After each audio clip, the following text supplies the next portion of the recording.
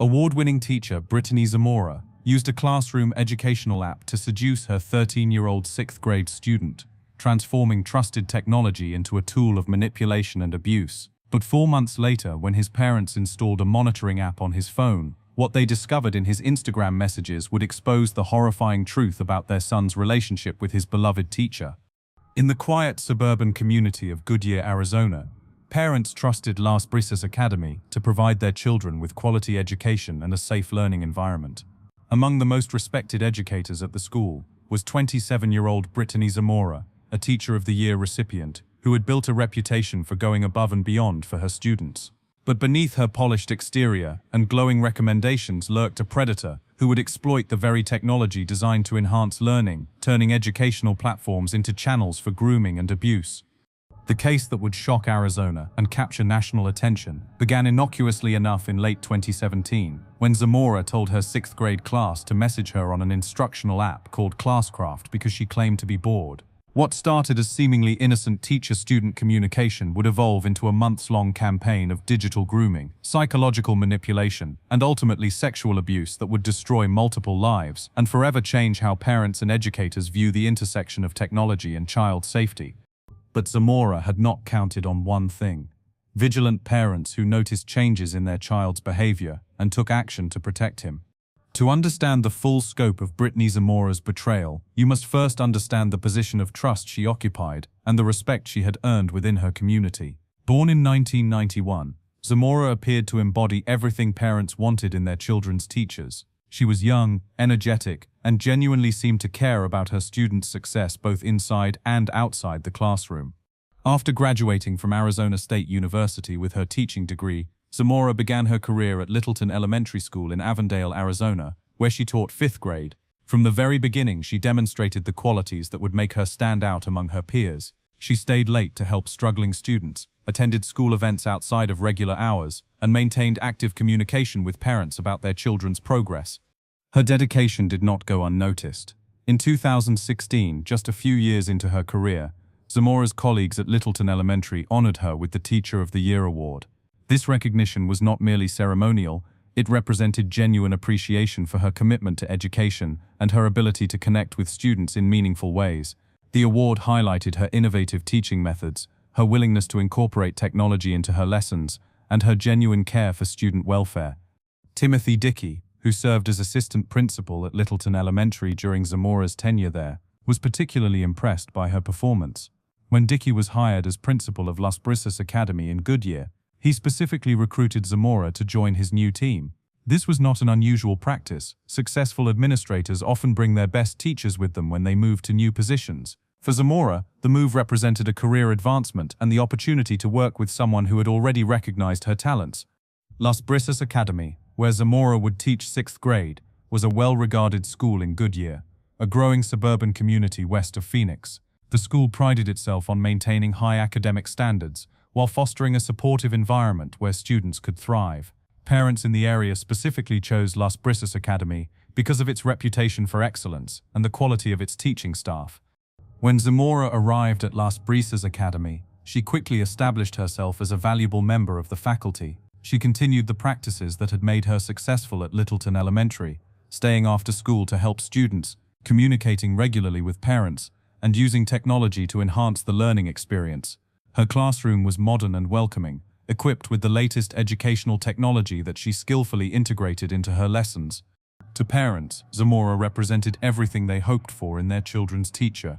She was educated, award-winning, and genuinely seemed to care about each student as an individual. Many parents specifically requested that their children be placed in her class, viewing her as one of the school's premier educators. The trust placed in her was absolute. Parents felt confident leaving their most precious possessions in her care each day. Students, too, responded positively to Zamora's teaching style. She had a gift for making learning engaging and fun, often incorporating games and interactive activities that kept her 6th graders interested and motivated. Her classroom was a place where students felt comfortable asking questions and taking academic risks, knowing their teacher would support and encourage them. But there was another side to Zamora's interaction with students that should have raised red flags. She was known for developing particularly close relationships with certain students, relationships that extended beyond the typical teacher-student dynamic. She would attend their sporting events and extracurricular activities, maintain communication with them outside of school hours, and show favoritism that other students began to notice. At the time, these behaviors were largely viewed as evidence of her dedication and caring nature. Parents appreciated having a teacher who took such a personal interest in their children's lives. School administrators saw her involvement in student activities as going above and beyond the call of duty. Even other faculty members admired her commitment to her students' success. However, what appeared to be exceptional dedication was actually the calculated behavior of someone testing boundaries and normalizing inappropriate relationships. Zamora was using her position of trust and authority to identify vulnerable students and begin the grooming process that would ultimately lead to criminal behavior. The technology that Zamora used so effectively in her teaching would become her primary tool for manipulation and abuse. Educational platforms like Classcraft, designed to gamify learning and increase student engagement, provided her with direct access to students outside of traditional classroom hours. Instagram and other social media platforms gave her additional channels for private communication that could easily be concealed from parents and administrators. In late 2017, as the school year progressed, Zamora began to focus her attention on one particular student in her 6th grade class. The 13-year-old boy was bright, engaged, and responsive to her teaching methods. Like many of his classmates, he looked up to his teacher and valued her approval and attention. He had no way of knowing that he was being carefully selected and groomed by a predator who would exploit his trust and innocence. The stage was set for a betrayal that would shatter the trust of an entire community and serve as a stark reminder that predators often hide behind the most respected facades in our society. The transformation of Brittany Zamora from trusted educator to predator did not happen overnight. It was a calculated process that began with seemingly innocent interactions and gradually escalated into criminal behavior that would devastate her victim and his family. Understanding how this progression occurred is crucial to recognizing the warning signs that might prevent similar tragedies in the future. The victim at the center of this case was a typical 13-year-old boy navigating the challenges of 6th grade. He was academically capable, socially engaged with his peers, and had a loving family who prioritized his education and well-being. Like most children his age, he looked up to his teachers and sought their approval and recognition. He had no reason to suspect that his teacher harbored inappropriate intentions, or that the special attention she began showing him was anything other than recognition of his academic potential. The grooming process began subtly, as it almost always does. Zamora started by creating opportunities for one-on-one interaction with the boy, keeping him after class to discuss assignments or asking him to help with classroom tasks. These interactions allowed her to learn about his interests, his family situation, and his emotional needs. She discovered what made him feel special and important, information she would later use to manipulate him. The pivotal moment came when Zamora told her entire 6th grade class to message her on Classcraft, an educational gaming platform designed to make learning more engaging through role-playing elements and interactive features. Her stated reason for this instruction was that she was bored and wanted to chat with her students. While this might have seemed like a fun way for a young teacher to connect with her class, it was actually the first step in establishing inappropriate communication channels with her target victim. Initially, the messages between Zamora and the 13-year-old boy were innocuous. They discussed classroom assignments, upcoming projects, and general school-related topics. However, Zamora began to gradually shift these conversations toward more personal subjects. She asked about his hobbies, his friends, and his life outside of school. She shared details about her own life, creating a false sense of intimacy and friendship that began to blur the appropriate boundaries between teacher and student. The conversations quickly moved beyond the educational platform to Instagram, where Zamora maintained an account that she used to communicate with multiple students. This transition was significant because Instagram provided a more private communication channel that was less likely to be monitored by school administrators or parents. The platform also allowed for the exchange of photos and more personal forms of communication that would have been inappropriate on an educational platform. As the digital relationship progressed, Zamora began to employ classic grooming techniques that predators use to manipulate their victims. She made the boy feel special and unique, telling him that he was different from other students and that their relationship was special. She shared personal information about her life, creating a false sense of mutual trust and intimacy. She gradually introduced more mature topics into their conversations, testing his reactions and slowly normalizing inappropriate discussions. The psychological manipulation was methodical and effective. Zamora understood that 13-year-old boys are at a particularly vulnerable stage of development, dealing with hormonal changes, identity formation, and a desire for independence from parental authority. She exploited these natural developmental challenges, positioning herself as someone who understood him better than his parents or peers. One of the most insidious aspects of Zamora's grooming was how she used her position as an educator to justify and normalize their inappropriate relationship. She framed their communication as educational support, telling him that she was available to help him with schoolwork or personal problems. This created confusion for the victim, who struggled to understand why something his teacher endorsed felt increasingly uncomfortable and wrong. The conversations gradually became more explicit as Zamora tested the boy's boundaries and conditioned him to accept increasingly inappropriate behavior.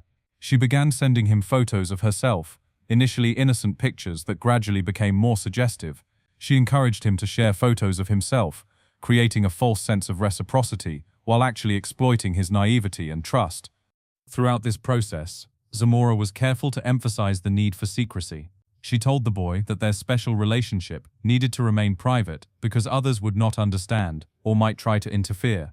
This created additional psychological pressure on the victim, who was led to believe that he was complicit in maintaining their secret rather than being manipulated by an adult who was exploiting his trust. The digital grooming phase lasted for several weeks, during which Zamora carefully conditioned her victim to accept increasingly inappropriate behavior.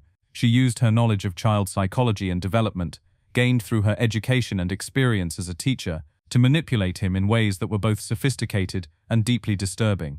During this period, other students in Zamora's class began to notice that she was showing favoritism toward the victim. She would call on him more frequently, praise his work more enthusiastically, and find excuses to interact with him privately. While these behaviors might have seemed like positive attention to casual observers, they were actually part of a calculated campaign to isolate the victim and make him feel special and chosen.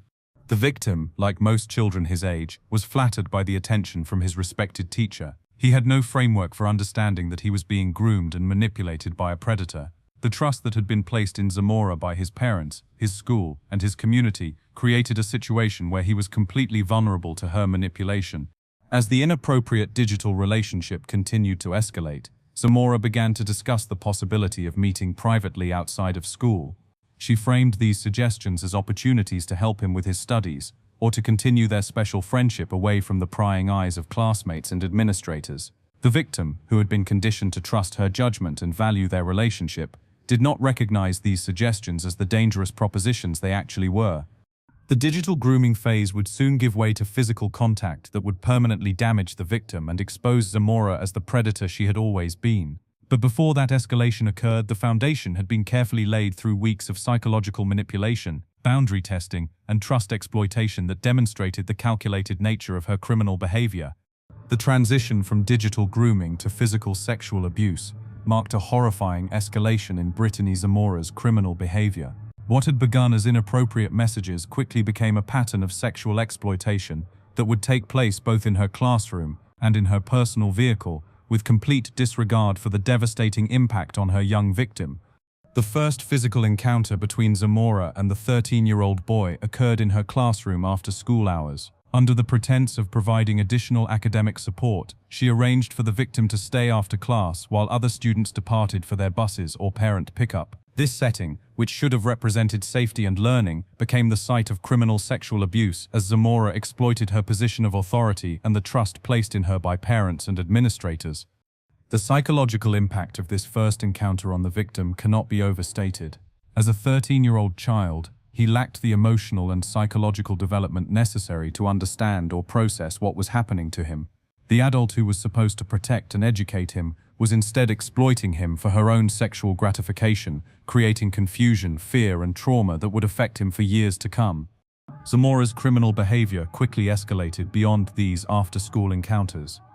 In what may be the most disturbing aspect of this entire case, she began engaging in sexual contact with the victim during regular class hours, while other students were present in the room.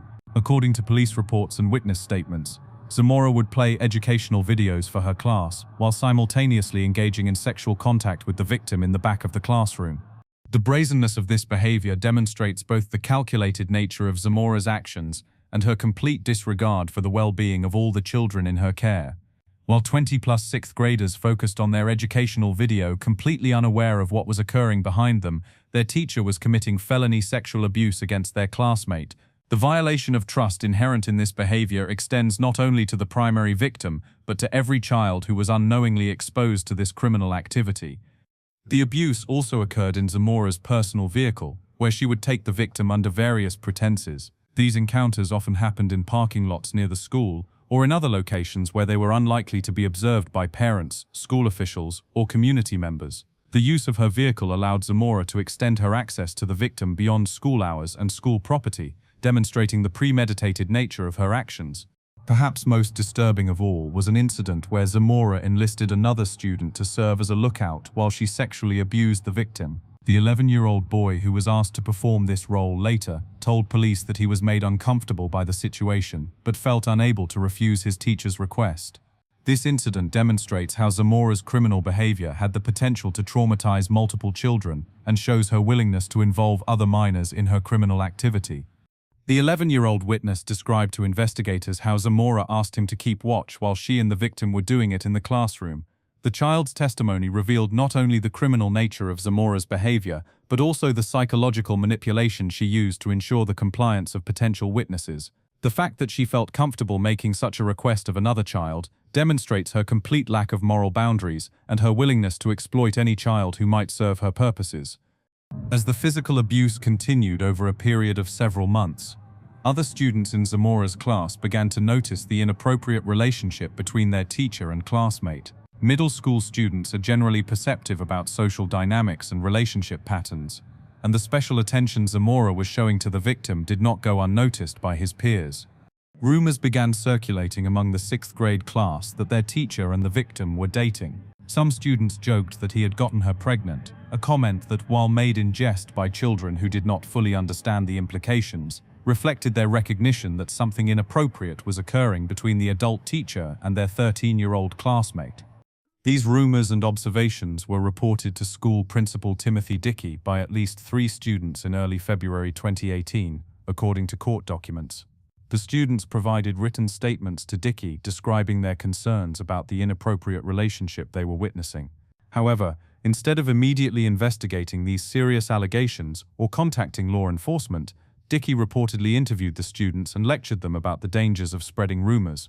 When Dickey spoke with Zamora about the student reports, she reportedly dismissed their concerns and reassured him that it was actually the victim who was gravitating toward her rather than the other way around. She told Dickey that he could check the Classcraft platform to review their communications, but he never followed through on this suggestion. This failure to properly investigate credible reports from multiple students represents a catastrophic breakdown in the school's child protection protocols. The psychological impact on the victim during this period was severe and lasting. As a child who was being sexually abused by a trusted adult authority figure, he experienced confusion, fear, and trauma that manifested in behavioral changes that his parents began to notice at home. He became more secretive about his activities, more protective of his privacy, and showed signs of emotional distress that concerned his family. Meanwhile, Zamora was becoming increasingly bold in her criminal behavior. The explicit text messages she exchanged with the victim became more frequent and more graphic. She sent him naked photographs of herself and requested similar images from him, creating child pornography in the process. These digital communications would later provide crucial evidence for law enforcement, but at the time they represented an escalation in the exploitation of the victim. The secret relationship that Zamora had fostered through months of grooming and manipulation had evolved into a pattern of repeated sexual abuse that was traumatizing her victim and potentially affecting other students in her classroom. Her willingness to commit these crimes in the school setting, during school hours, and in the presence of other children demonstrated a level of criminal brazenness that would shock investigators and community members when the full scope of her behavior was eventually revealed. The victim, trapped in a situation he was too young and too manipulated to understand or escape, continued to endure abuse that would affect him for the rest of his life. The trusted adult who should have been protecting and educating him was instead exploiting him in ways that violated every principle of child safety and educational ethics. But Zamora's carefully constructed secret was about to be exposed by the one factor she had not adequately considered: vigilant parents who noticed changes in their child's behavior and took action to investigate. The unraveling of Brittany Zamora's months-long campaign of abuse began not with a school investigation or law enforcement surveillance, but with the keen observations of parents who noticed troubling changes in their son's behavior and took decisive action to protect him. The victim's stepmother was the first to recognize that something was wrong. As someone who was closely involved in her stepson's daily life and routine, she was uniquely positioned to notice the subtle but significant changes in his behavior that might have gone undetected by less attentive guardians. These changes included increased secrecy about his activities, a desire to close his bedroom door at night, and an apparent preoccupation with his phone that seemed excessive even by the standards of today's technology-obsessed teenagers. The behavioral changes were not dramatic enough to immediately raise alarms about sexual abuse, but they were sufficient to concern a parent who knew her child well. The victim had become more withdrawn from family activities, more protective of his privacy, and more defensive when asked routine questions about his school day or social activities. These changes, while subtle, represented a departure from his normal personality and behavior patterns. Acting on her maternal instincts and growing concerns, the stepmother made the decision to install a parental monitoring application called Sentry Parental Control on her son's smartphone. This decision would prove to be the key to exposing Zamora's criminal behavior and potentially preventing further abuse of the victim and other students. Sentry Parental Control is designed to help parents monitor their children's digital communications and online activities, providing alerts when potentially dangerous or inappropriate content is detected. The application monitors text messages, social media interactions, and other digital communications for keywords and phrases that might indicate risky behavior or exploitation. On March 21, 2018, the monitoring application triggered an alert that would change everything. The system detected that the word baby was appearing repeatedly in Instagram direct messages on the victim's phone. This alert was significant because the repeated use of romantic or intimate terms in a child's digital communications can indicate grooming or inappropriate adult contact. When the stepmother investigated the alert, she discovered that the Instagram messages were coming from an account that belonged to Brittany Zamora, her son's 6th grade teacher. The initial discovery was shocking enough, but as she delved deeper into the message history, she uncovered explicit sexual communications between the adult teacher and her 13-year-old son that left no doubt about the criminal nature of their relationship. The messages revealed the full scope of Zamora's inappropriate behavior, including explicit sexual discussions, references to physical encounters, and planning for future meetings. The digital evidence painted a clear picture of an adult predator who had groomed and sexually abused a child who had been placed in her care by trusting parents and school administrators. Faced with this devastating discovery, the victim's parents confronted their son about the messages. Initially defensive and confused, the 13-year-old eventually admitted that he had been engaged in a sexual relationship with his teacher. The admission was traumatic for both the child and his parents, as it confirmed their worst fears and revealed the extent to which their son had been manipulated and abused.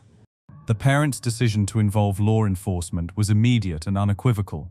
Despite the potential embarrassment and media attention that would inevitably follow, they recognized that their son had been the victim of serious crimes, and that other children might be at risk if Zamora's behavior was not reported and investigated.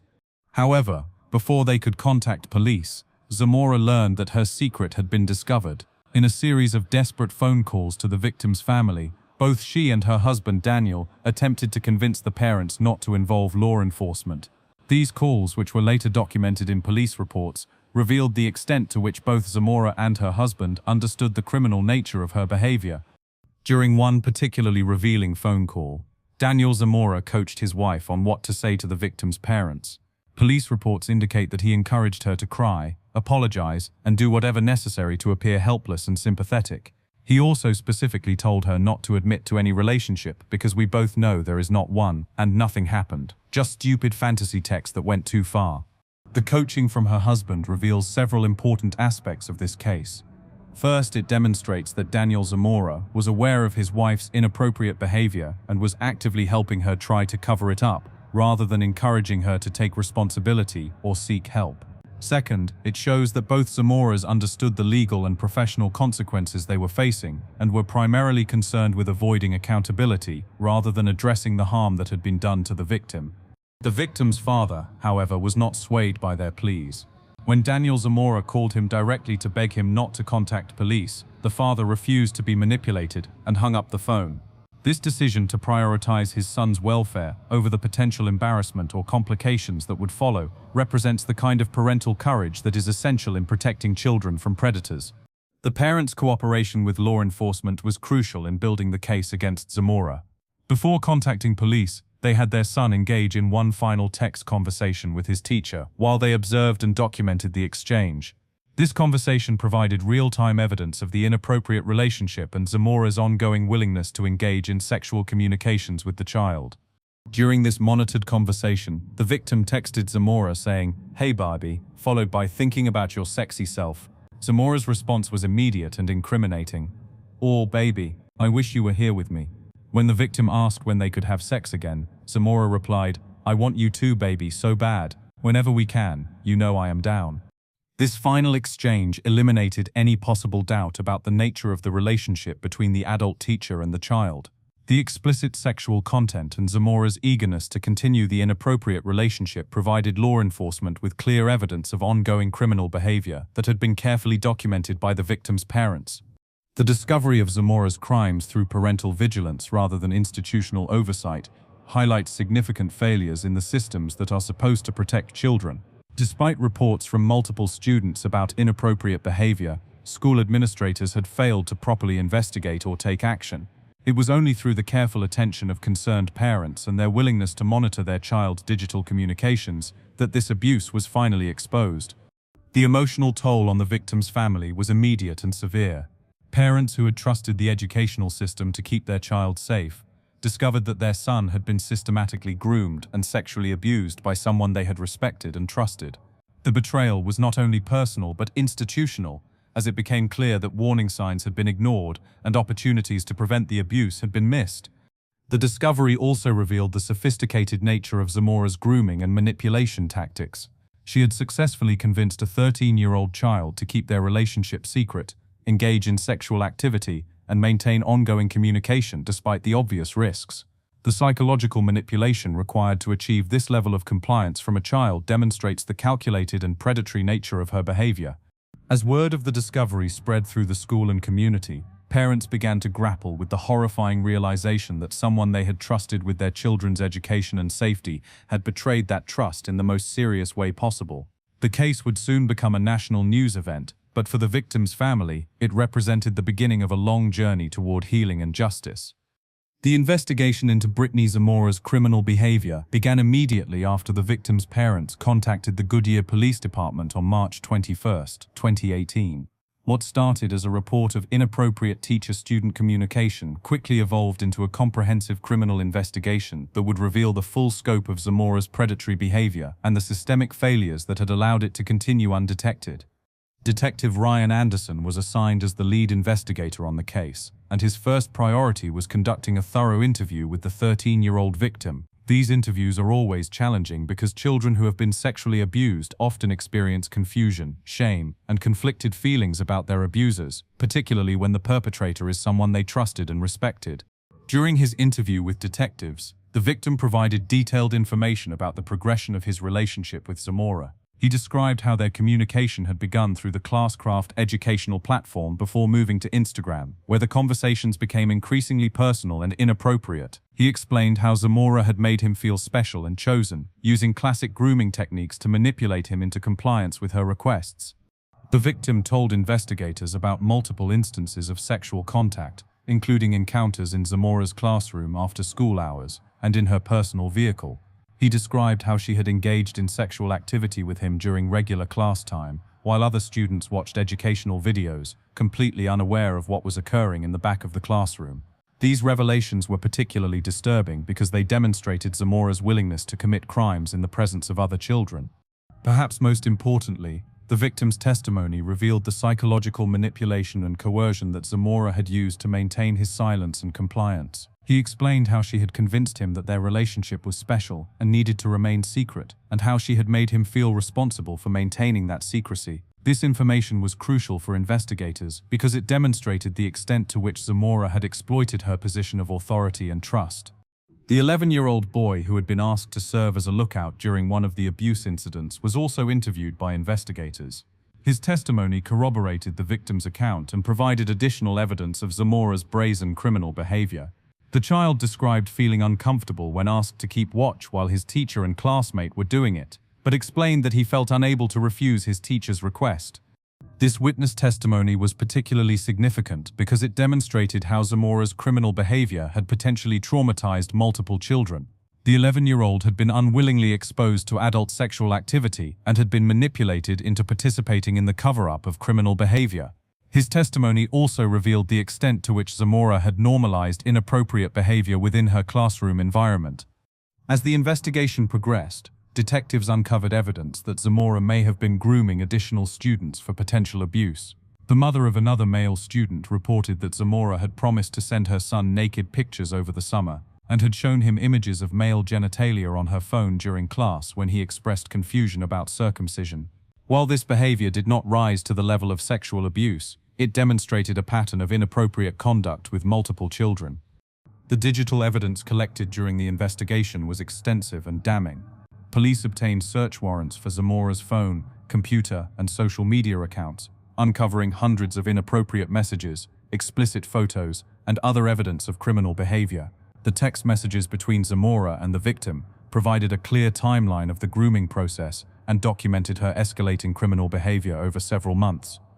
The investigation also revealed serious failures in the school's response to earlier warnings about Zamora's behavior. Principal Timothy Dickey admitted to investigators that he had received written statements from at least 3 students in early February 2018, describing concerns about the inappropriate relationship between Zamora and the victim. However, instead of immediately contacting law enforcement or conducting a thorough investigation, Dickey had simply spoken with Zamora about the allegations.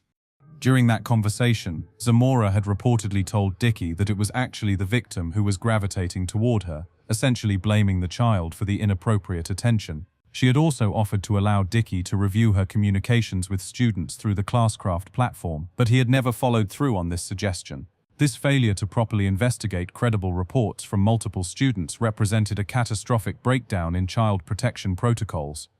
The investigation also uncovered Zamora's husband's role in attempting to cover up her crimes. Daniel Zamora's coaching of his wife during phone calls with the victim's parents was documented in police reports and demonstrated his awareness of the criminal nature of her behavior.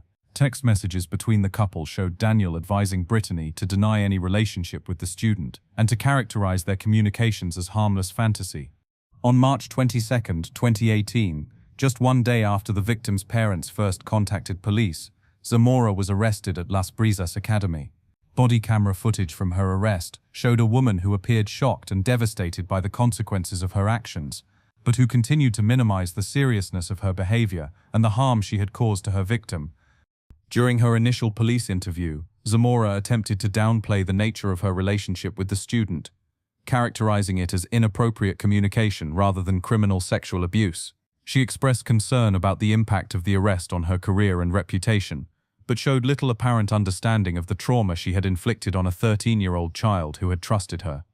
The arrest sent shockwaves through the Las Brisas Academy community and the broader Goodyear area.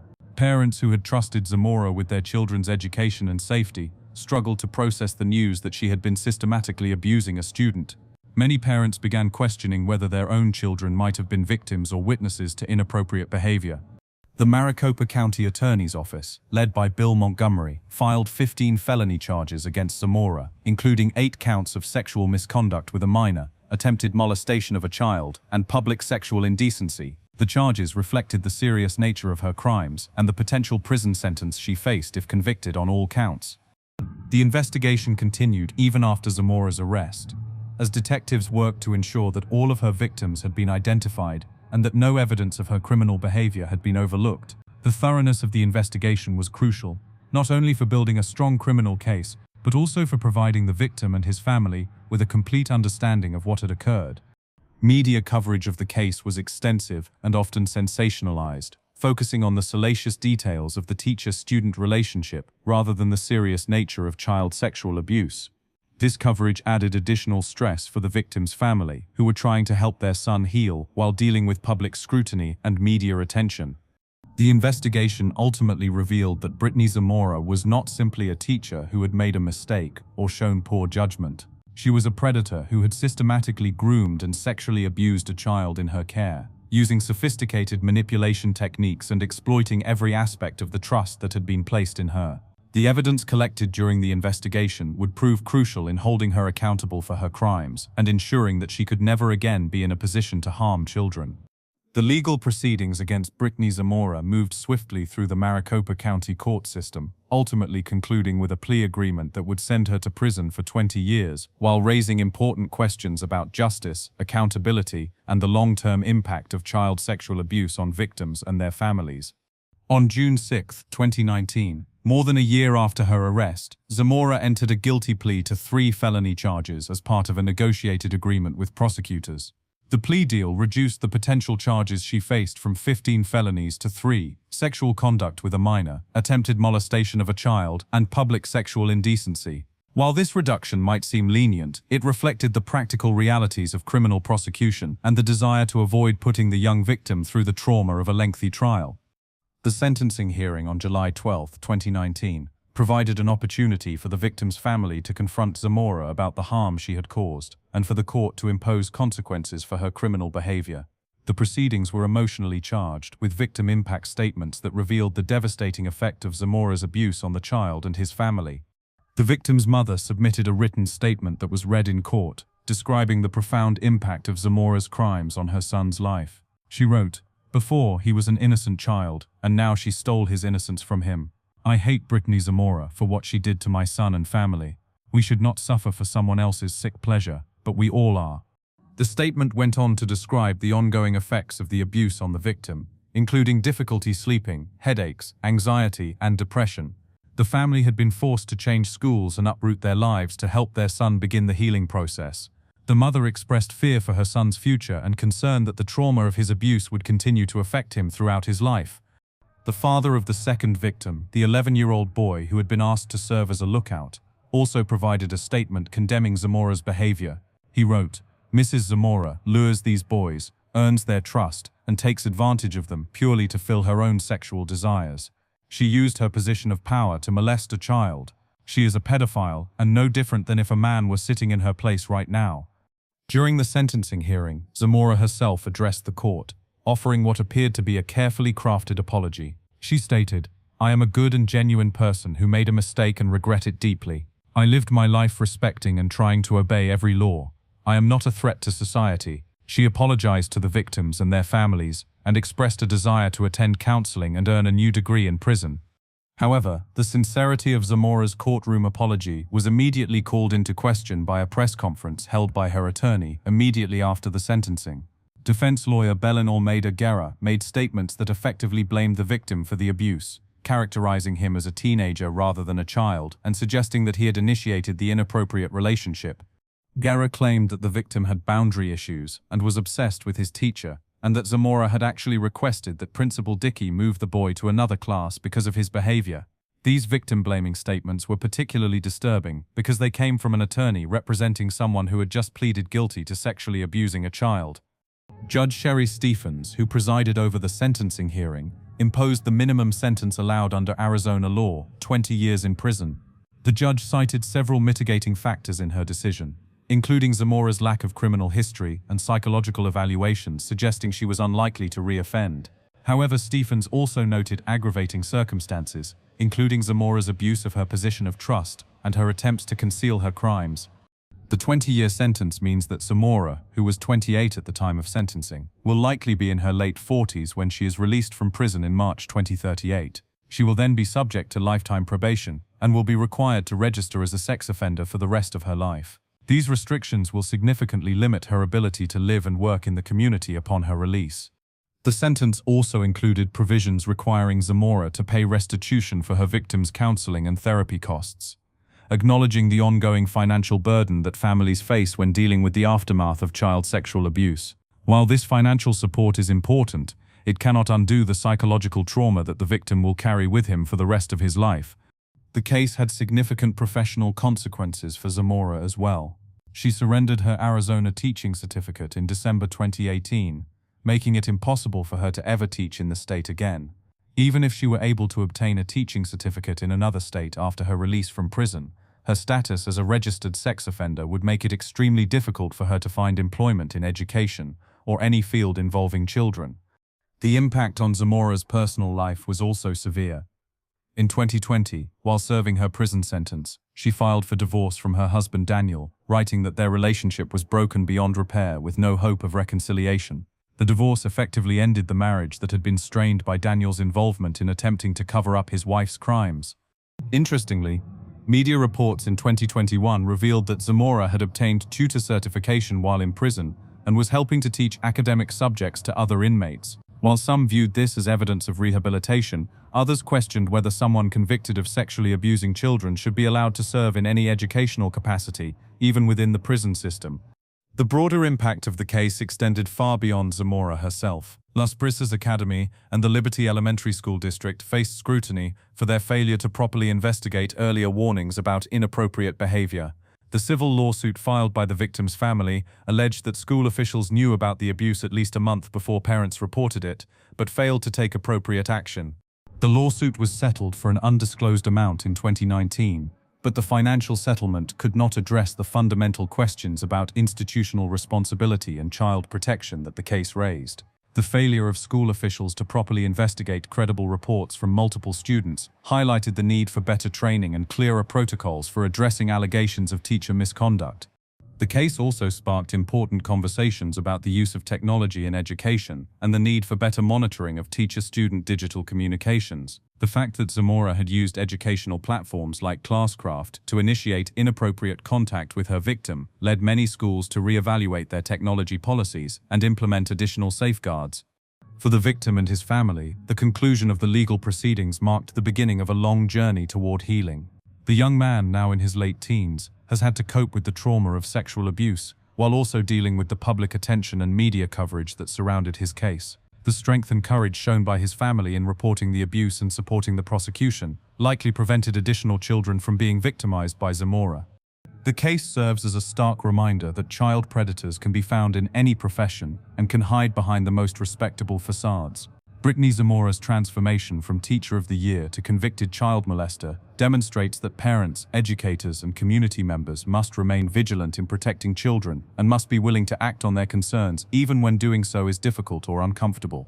The 20-year prison sentence imposed on Zamora represents a measure of justice for her victim and his family, but it cannot undo the harm that was done or fully address the systemic failures that allowed the abuse to continue for months before being discovered.